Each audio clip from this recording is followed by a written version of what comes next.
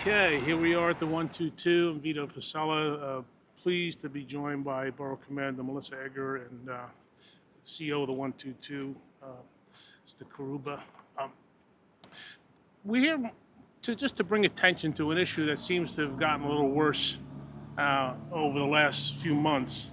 And we're standing here not just in the front of the 122, but specifically on Hylan Boulevard, right in front of the bus-only lane. And unfortunately, there have been a lot of accidents, 32 alone this year, where folks are making a right-hand turn from the middle lane and causing an accident for somebody who's driving, if you will, in the bus-only lane. In fact, there's been 7 accidents in the last 4 weeks. That's one every day, every 4 days. Again, where somebody, perhaps unwittingly or unknowingly, thinks that they must turn from the middle lane in order to make a right-hand turn. But other than those hours of 6 to 9 in the morning going towards the Verrazano and 3 to 7 going towards Tottenville, the bus lane is open for use. And just as importantly, even when it is a bus-only lane, if you want to make a right-hand turn, you can get into that lane about a block or so before in order to do so.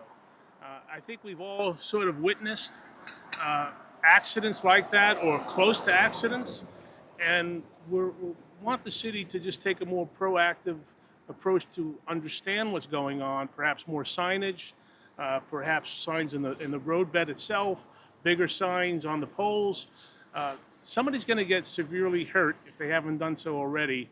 In fact, I saw one just a couple of weeks ago, and we called up to confirm with CEO Karuba, and it affirmed and validated what our concerns was. So really the person who runs the show here in Staten Island does a wonderful job representing the men and women in blue, Borough Commander Melissa Eger. Thank you. Thank you, and good morning.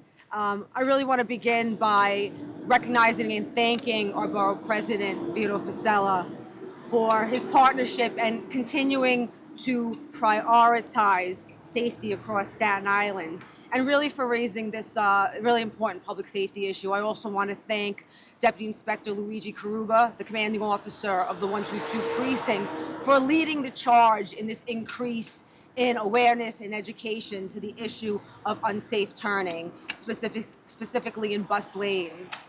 So these unsafe turning behaviors, especially improper turns from the middle lane, have become far too common in Staten Island, and especially along the corridor of Hylan Boulevard that you see here behind us, and really other busy Staten Island roadways as well. These actions put drivers, pedestrians, and cyclists at serious risk. And they are completely avoidable as well. I want to take a moment to clarify a few key rules regarding bus lanes. When bus lanes are active, drivers may only enter them and make the next available right-hand turn, and must do so safely and legally. Outside of posted hours, most bus lanes are open for general travel, as our borough president mentioned. But during the active hours, they should not be used for driving, stopping, or for deliveries. Center or median lanes, such as the ones that are on Richmond Avenue, should never, ever be entered during hours of operation. These lanes are reserved strictly for buses and emergency vehicles. Here in Staten Island, several key corridors, transit corridors, have these bus lanes. On Hylan Boulevard, these lanes are active during weekday rush hours, and I'll speak a little bit more specifically about these parameters. Hylan Boulevard between Steuben Avenue and Nelson Avenue on the northbound side is in effect Monday through Thursday, 6 a.m. to 9 a.m., and intermittently on the southbound side of Hylan Boulevard, and is in effect Monday through Friday from 3 p.m. to 7 p.m. On Victory Boulevard, these lanes are active in both directions during our AM and PM rush peaks. On Richmond Avenue, these include curb and center lanes. These are in effect at all times. And then on Father Capodanno Boulevard, the northbound bus lanes are active 24/7. Our message to our public, to our Staten Island community, is clear and simple. Use the bus lanes properly. Turn safely and follow these rules. These lanes support transit efficiency, but more importantly, they protect everyone on the road.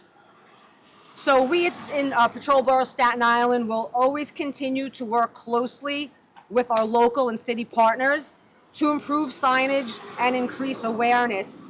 And when necessary, we will and we do enforce. But our main goal is always to prevent injuries and to save lives and to keep our roadways safe for our community. So let's break this habit of unsafe turns and let's work together to keep our streets safe for everyone. Thank you. Thank you, Chief. Okay. Thank you very much, Chief. There's a reason why we have the best police force in the entire world, because of Inspector Karuba and Borough Commander Eger and all the folks here in Staten Island. We're blessed to have NYPD. It's about public safety. This was about public safety. As I mentioned, if you can envision a right-hand turn from a middle lane and somebody coming maybe 30, 40 miles an hour clipping into the passenger side, it's not an empty gesture. It's a very serious problem. So with that, any questions? Yeah. Hey, Barbara, good to see you. So you mentioned signage a little bit. I feel like maybe there's too much or too little signage around Hylan. Some of the bus lanes are a little cracked. You can't really see them through buses. So can you expand on that a little bit more about the problems, possible problems with signage? I think the first thing really what we hear is this is a problem. You know, and like everything else in life, as soon as you acknowledge that something's a problem, let's work together to get the best solutions possible. So I don't pretend to have that. We have some very good engineers and at DOT, and my hope is that they will work to understand that this is a problem, and I believe they do. And now we'll begin consultation with them to figure out the best way forward. I don't have the silver bullet response, and I'm humble enough to admit that. Chief, you have anything? Yeah, I'll just say each precinct and at our patrol borough, we have officers and supervisors dedicated to traffic safety. We have traffic safety units, and we collaborate and share information with our Department of Transportation leadership.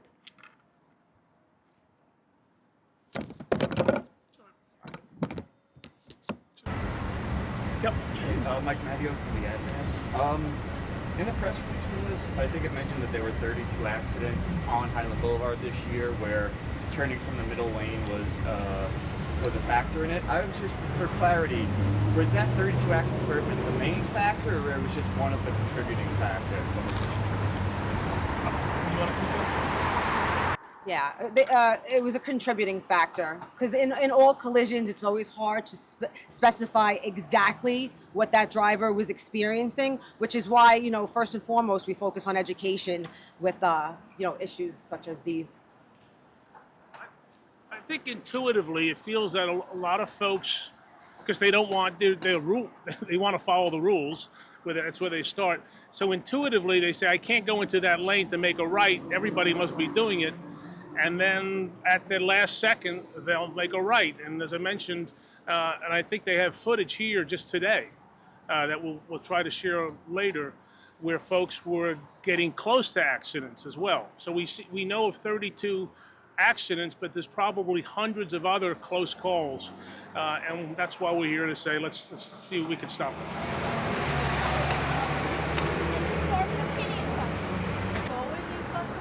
No, I personally, this is my personal opinion, I think we've created such an anti-car culture, not that these folks here have done it, but citywide is let's punish anybody who's driving a car and make their lives as miserable as possible with all types of cameras and everything else. So yeah, I think there's a good chunk of people who are concerned that they're gonna get nailed unnecessarily.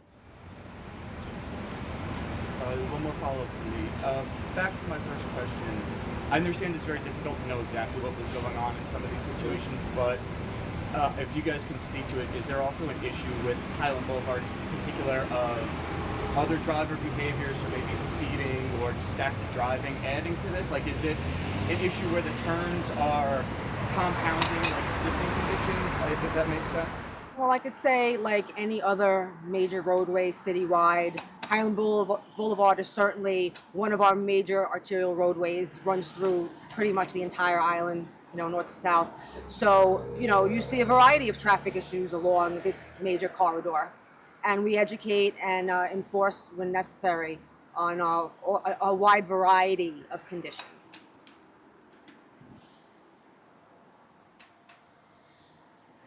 We're good?